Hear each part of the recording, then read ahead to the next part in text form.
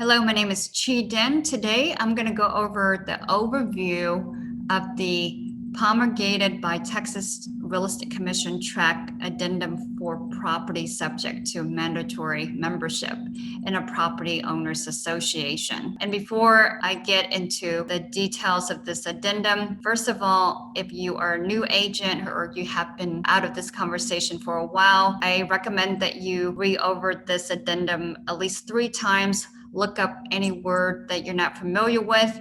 And if you have any questions, make sure you go to your mentor or broker to get those questions answered. And any word that you're not clear, make sure you get those areas clear for yourself. So now this addendum is not for use with condominiums. So now I'm going to go right into what you need to fill out. First of all, right here, you need to put in the street address and city, and below that, the street address and city, the name of the property owners association, and phone number. Now we're going to go right into the paragraph A. This is subdivision information. And subdivision information means a current copy of the restrictions applying to the subdivision and bylaws and rules of the association, and a resale certificate, all of which are described by section 207.003 of the Texas Property Code. And you need to, here, working with the buyer, is you make sure that you're going to only check one of these boxes. Number 1, within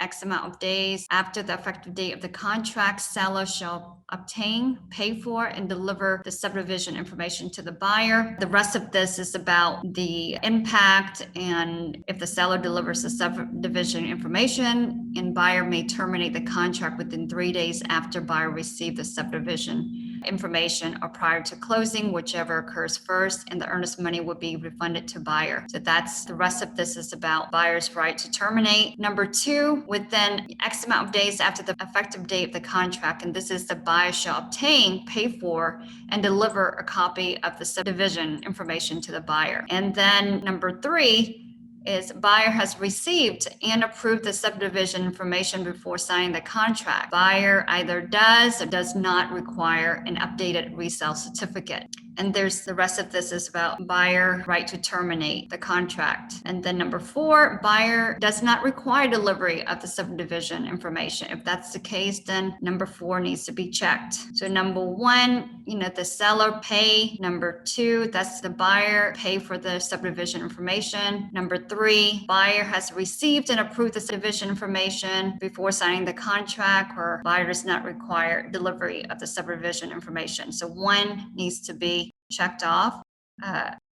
And in bold, the title company or its agent is authorized to act on behalf of the parties to obtain the subdivision information only upon receipt of the required fee for the subdivision information from the party obligated to pay. Then paragraph B, material changes. If the seller becomes aware of any material changes in the subdivision information, the seller shall promptly give notice to buyer. And then there's fees, except as provided by paragraphs A, D, and E. Buyer shall pay any and all association fees or other charges associated with the transfer of the property, not to exceed X amount of dollars, and seller shall pay any excess. That's paragraph C. D, deposits for reserves. Buyer shall pay any deposit for reserves required at closing by the association.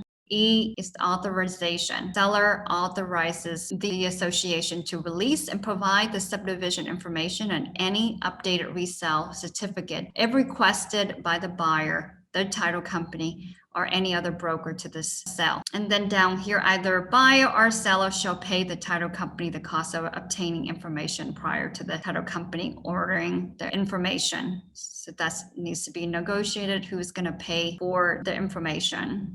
A notice to buyer regarding repairs by the association. The association may have the sole responsibility to make certain repairs to the property. If you are concerned about the condition of any part of the property which the association is required to repair, you should not sign the contract unless you are satisfied that the association will make the desired repairs. Finally, buyer and seller will sign below here. Thank you so much for participating in this overview of the addendum for property subject to mandatory membership in a property owners association. If you have further questions, please go to your mentor and broker. Thank you.